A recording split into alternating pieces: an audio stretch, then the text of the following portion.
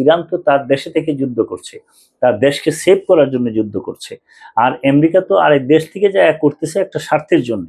কিন্তু 11তম দিনেও ইরান বাঘের মতোই গর্জন দিয়ে যাচ্ছে এবং তারা প্রতিহত করতেছেন। এবং ইন্টারেস্টিং হয়েছে, তাদের নতুন নেতা যে নির্বাচিত হয়েছেন, ওনার নেতৃত্বে গতকালকে যে হামলার নেতৃত্ব দিয়েছে, এটাও সারা পৃথিবীকে দেখার মতো।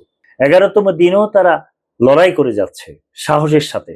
আমার কাছে মনে হয় এইভাবে যদি আর কয়েকদিন পার করে, ট্রাম্প এমনি ক্ষতিগ্রস্ত হয়ে যাবে। এই জন্যে যে ট্রাম্পের যেই ইরান যে অস্ত্র তৈরি করতেছে, এর মধ্যে যেটা ইসে করে, মানে মিসাইল ছুটতেছে কিংবা আপনাকে ড্রোন দিয়ে হামলা করতেছে, এই ড্রোন যেটা বানাইতে খরচ হয় ইরানের 35 লাখ টাকা, এটাকে প্রোটেক্ট করার জন্য আমেরিকার খরচ হচ্ছে প্রায় লক্ষাধিক আরো উপরে টাকা, মানে 3 ডাবলের উপরে খরচ হচ্ছে।